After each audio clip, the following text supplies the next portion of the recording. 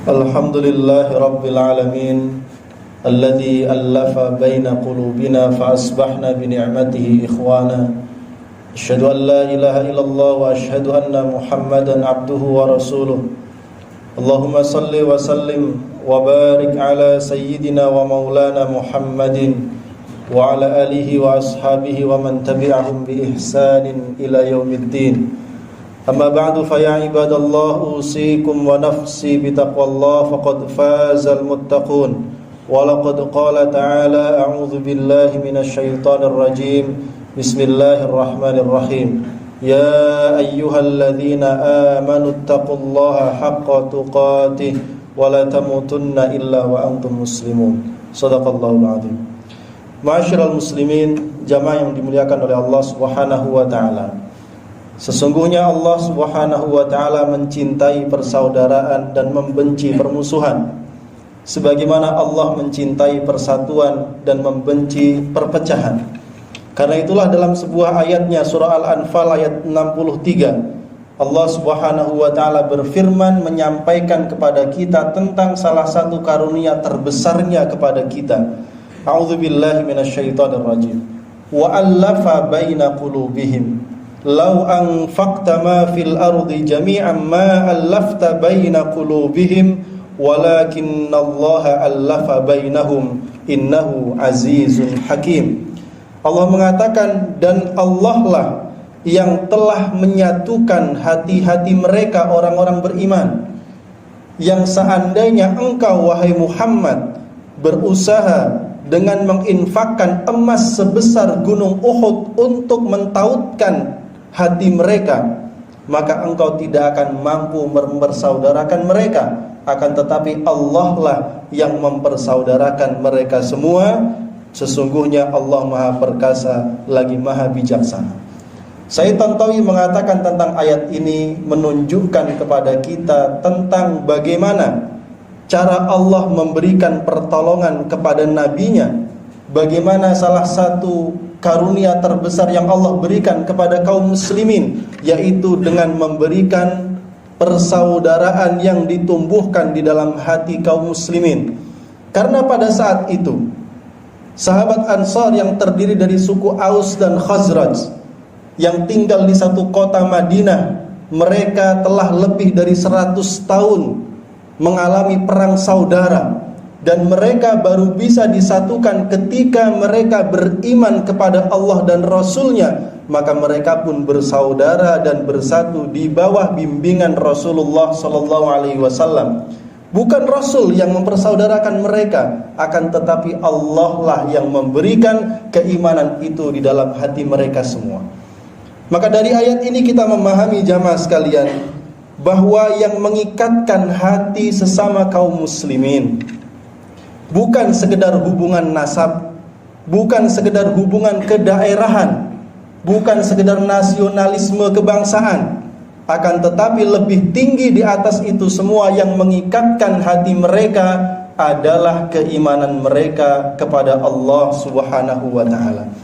Karena itulah di dalam surah Al-Hujurat Allah Subhanahu wa ta'ala menegaskan, innamal mu'minuna ikhwah, bahwa yang disebut orang-orang yang beriman dengan keimanan yang hakiki adalah mereka yang bersaudara, saling mencintai satu sama lain dan saling menunaikan haknya satu sama lain, dan tidak saling mencela dan menzalimi satu sama lain. Bahkan dalam sebuah riwayat tafsir disebutkan, penggunaan kalimat ikhwah adalah merupakan bentuk jamak dari kalimat akhun yang artinya saudara. Biasanya diungkapkan untuk menunjukkan ikatan nasab, dan untuk ikatan selain nasab biasanya digunakan jamak kalimat ikhwan. Lalu mengapa dalam ayat ini Allah menunjukkan menggunakan kalimat ikhwah yang seharusnya ikatan nasab, tapi digunakan untuk menunjukkan persatuan karena keimanan? Innamal mu'minuna ikhwah. Maka dikatakan oleh ulama tafsir, ini menunjukkan bahwa hubungan persaudaraan yang diikat karena keimanan jauh lebih kuat, jauh lebih langgeng daripada ikatan nasab. Karena ikatan nasab hanya akan berhenti di dunia manakala ia tidak disambung dengan ikatan keimanan.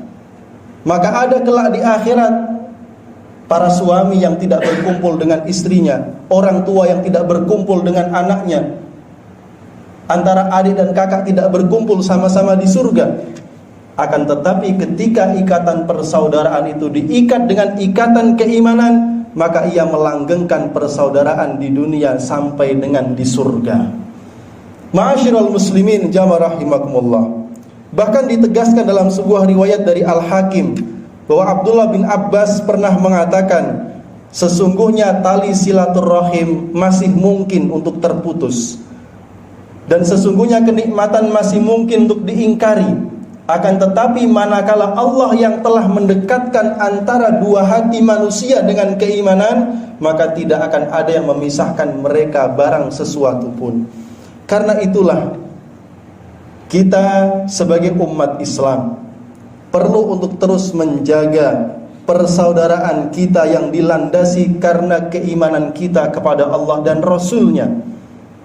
Dan inilah yang ditunjukkan oleh para pendahulu kita, baik kaum muslimin ketika awal-awal berada di kota Madinah maupun pendahulu kita para pendiri bangsa ini, bahwa spirit persaudaraan mereka yang dibangun di atas keimanan menjadikan mereka para pejuang yang kompak di dalam memerangi para penjajah dan untuk mendirikan negara kesatuan Republik Indonesia. Maka ma'asyiral muslimin jamaah rahimakumullah, dalam momen khutbah yang singkat ini paling tidak ada dua hadis yang perlu kita perhatikan. Hadis pertama yang berkaitan dengan hak antara kita dengan sesama muslim, saudara-saudara kita. Rasulullah SAW bersabda, hakul muslim alal muslim sittun. Hak seorang muslim atas muslim yang lainnya ada 6, maka penuhilah. Yang pertama adalah idza laqitahu fasallim alaihi. Kalau engkau bertemu saudaramu sesama muslim, ucapkanlah salam. Yang kedua kata Rasul, idza da'aka fa'ajibhu. Kalau engkau diundang di dalam acara-acara yang baik, maka penuhilah undangan itu. Yang ketiga, idza stansahaka fansah lahu. Apabila saudaramu meminta nasihatmu, maka berikanlah nasihat kepadanya. Yang keempat, wa idza atasa fahamidallah fashammithu. Kalau saudaramu bersin kemudian dia memuji Allah dengan mengucapkan alhamdulillah, maka doakan ia dengan kalimat yarhamukallah. Yang kelima, idza marida fa'udhu. Apabila saudaramu sakit, maka jenguklah ia. Dan yang keenam, wa idza mata fattabi'hu. Kalau saudaramu meninggal dunia, maka antarkanlah jenazahnya sampai ke liang kuburnya. Inilah 6 hak sesama muslim yang harus kita penuhi. Kemudian hadis kedua yang perlu khatib sampaikan adalah tentang larangan. Rasulullah SAW bersabda, la tahasadu. Janganlah kalian saling mendengki. Wala tanajashu. Janganlah saling mengingkari. Wala tabaghadu, jangan saling membenci. Wala tadabaru, jangan saling membelakangi. Wala yabi'u ba'dukum ala bai'i ba'd. Janganlah kalian membeli barang yang telah dibeli oleh saudara kalian. Wa kunu ibadallahi ikhwana, dan jadilah kalian hamba-hamba Allah yang bersaudara. Lalu Rasul melanjutkan, al-muslimu akhul muslim la yadlimuhu wa la yakhdhuluhu wa la yahqiruhu. Seorang muslim adalah saudara bagi muslim lainnya. Ia tidak akan menzaliminya, ia tidak akan merendahkannya, ia tidak akan menghinakan saudaranya. Lalu Rasul pun melanjutkan, at-taqwa hahuna. Takwa itu di sini, di dalam hati. Beliau menunjuk sebanyak 3 kali.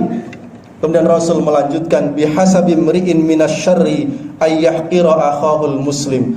Cukuplah keburukan itu disandang seseorang manakala ia merendahkan dan menghina sesama saudara orang-orang yang beriman. Kullul muslim alal muslimi haram maluhu wa dima'uhu. Kata Rasul, setiap muslim haram atas muslim lainnya, yaitu haram darahnya, haram menumpahkan darahnya, dan haram mengambil hartanya tanpa hak yang dibenarkan oleh syariat.